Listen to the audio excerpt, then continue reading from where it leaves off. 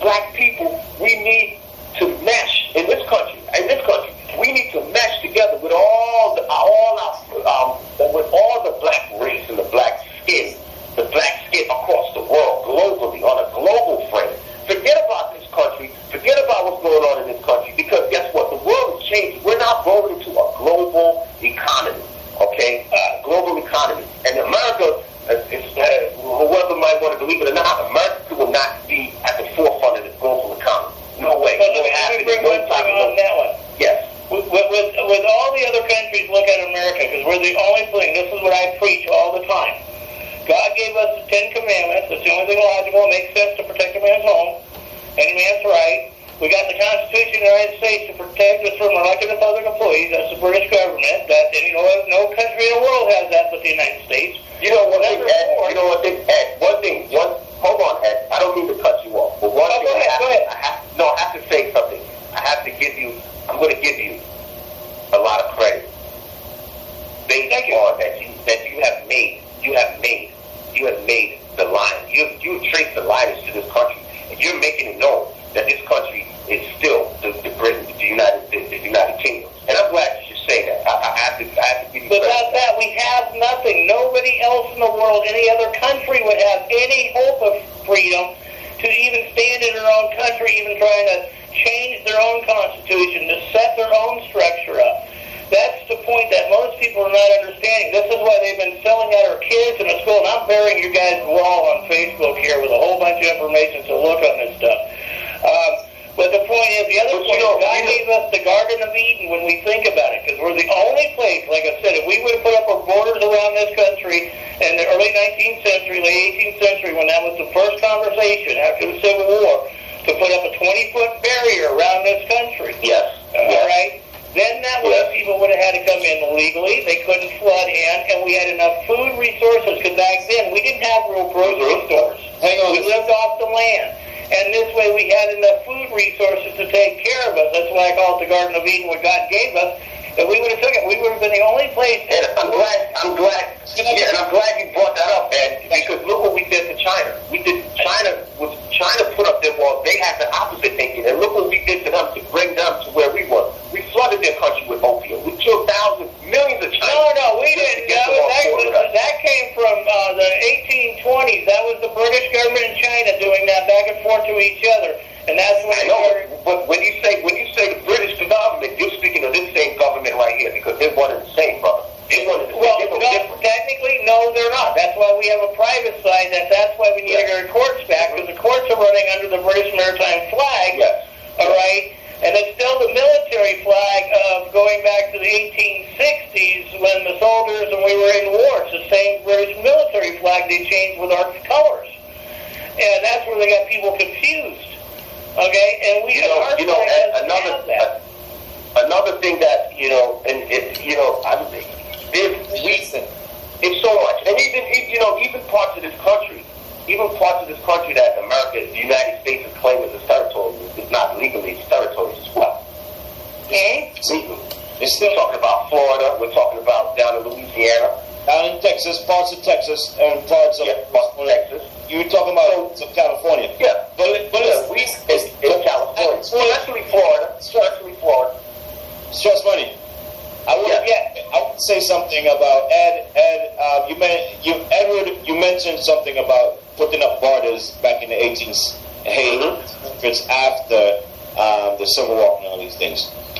I don't to think about putting up. You think that people coming in from Mexico and South America, well, basically Mexico. We've seen the influx of Mexicans coming in here, mostly after the NAFTA trade agreement. Yes. Yeah. Other than North American Trade Union, a contract to open up the gates from Mexico to Canada. All right, Monsanto's played a big role in that trade agreement, and something took place with Mexico.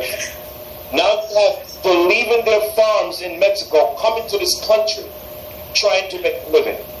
That's contributed to a lot of the influx of people coming across the border illegally, and that is not being brought up, and it's not being talked. You know something, Temple. You know something.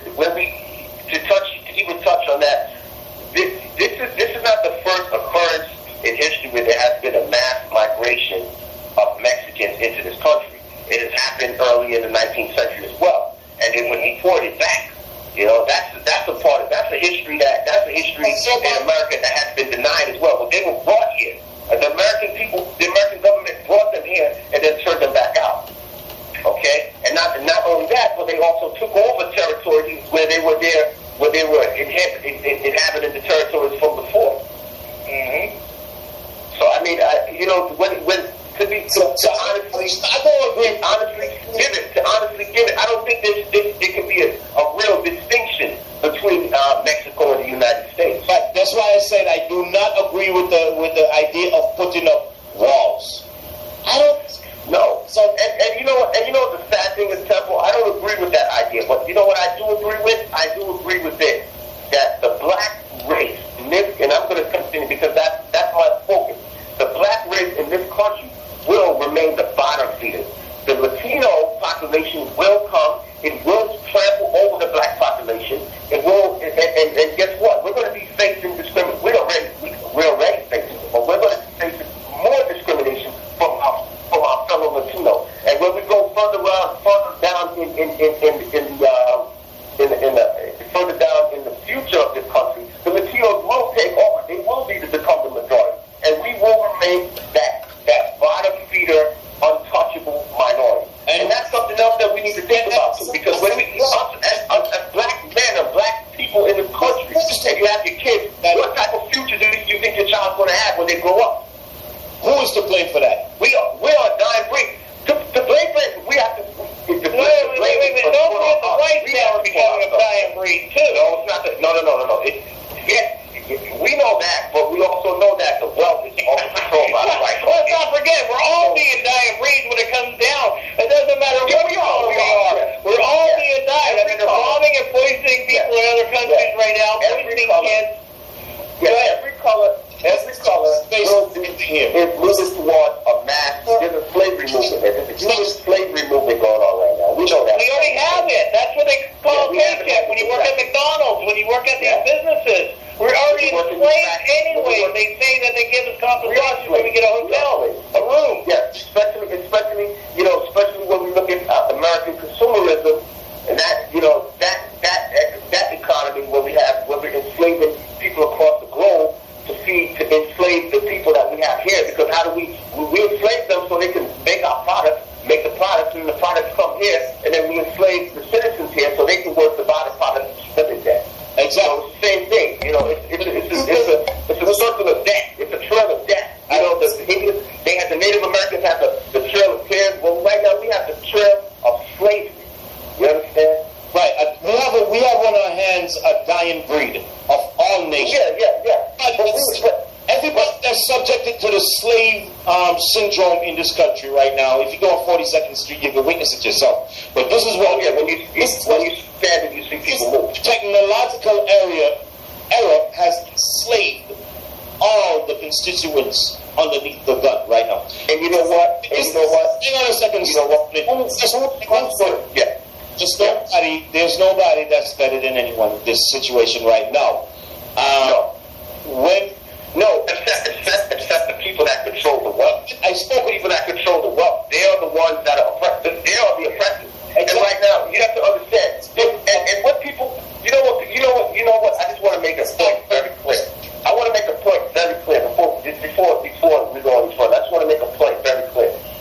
The people that control the wealth and enslave the rest of the world, there is no color distinction between them. Exactly. We're the fools. They come in all colors. So, it would be asinine for me to sit here and say it's the white man that's causing the problem. That's a part of the brainwash too. It's not the white Caucasian that's causing the problem. Okay, because the same things happening in China, same things happening in India. If you look at Indian economy, all the markers and all this, do you guys understand the Vatican runs it all, and every law has to be passed and clarified through any country through the Vatican? I'm telling you that. Put it up on your wall. One thing about even in countries in Nigeria. Right, countries in Nigeria where we have blacks. when they brought the Bible into your country that you never had it before, and all of a sudden that changed the new slavery. Look at Angola. Look at Angola. You know, we go to Africa and they say, well, you know, the only black female billionaire in Africa. Look at her traits. Look where her line is. Look where she's coming from. You know, over in Angola. That's another country that's where the minority has trampled the majority again. You know? So, I mean, it goes and it shows South Africa. I mean, you understand? Yo, trust me. I mean, it's there, man. You continue to name them, and you will find plundering all over the world. I was just discussing something with a fellow Jamaican, and find out that he was telling me something, that all the constituents in power right now are still underneath the British rule. That's right. That's all given the sir. Well, all their constituent names included.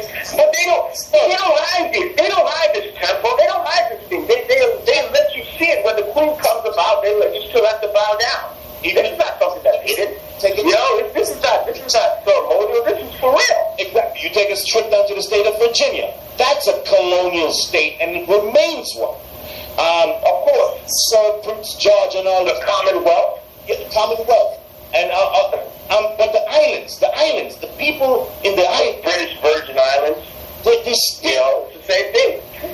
Ghana, for instance. You took a look at Ghana. Look at Ghana. Oh, Ghana is the colonial epitome of what they have done. Still colonial. South Africa is still colonial. Look at India. Look at India. Oh, India is still big time. Even Pakistan in these places. It's disgusting. Pakistan, yes. These people claim to be sovereign. They're not sovereign nations. They're not. That's why they're not. They're not sovereign nations. But the worldwide slave system has been inducted on all people, regardless of race. The few people that's controlling it, you're talking about the Rothschilds, the Rockefellers, you're talking about J.P. Morgan, people of this nature. And I call these names out. You know what I mean? People could go ahead and do their research after the program and all these things like that. But I've got a lot of it up on their wall, so they go onto the talk show wall and they get it. And this is why that I agree with what Stressman said about the Constitution not applying to people in black communities. Yes, as a white man, you can go up and take your papers and you might be able to fight as much as you can. There was a group of blacks in here that actually fought for some things. They're called the Moorish Americans. The Moorish, Moorish people. Because they said, hey, we're not supposed to pay no tax. We're free people. We're a sovereign people. We're not subjected to these tax laws that they created and of this nature. There was Wesley Snipes was just imprisoned because he stood up for those things. There's a group of Americans right now, black. No. Snipes was convicted because he signed this contract with the IRS on the tax forms and the way he signed it. Right. He signed himself over. He took ground to stand on, but because he signed it. That's right. That's why you don't sign. That's the point. So now they have the right to imprison. But that's right, and they do that through your birth certificate, your strawman account that they call right now is you know that's a stock and bond issue, and that's what they're. You know, it's the same thing. It's the same thing. We go back to the Social Security number. There's a reason why you have a Social Security number. And your government actually takes out loans on your security number. Of course, on your Social Security number. Absolutely. And if you and the you know, a lot of people don't know these things. You know, a lot of us will walk around here. We don't have domestic sovereignty. We don't have interdependent sovereignty. We don't know international legal sovereignty. We don't know anything about these sovereignties. But we willingly give it up because we don't know what it is. Exactly. That's the point. Exactly. That's what I'm talking about. I'm putting up the National Alliance of Liberty. This is grand juries that, you know, we're all trying to work to get this thing going. Get our own grand juries back, and not the British court system's grand juries. So, I mean, this is the point, is getting back our system. And the other video I put up with, what's the kid's name? I can't remember it. Anthony. I put it up on your guys' wall. Watch what he does when he goes into court. Watch how he gets his case dismissed. Okay, just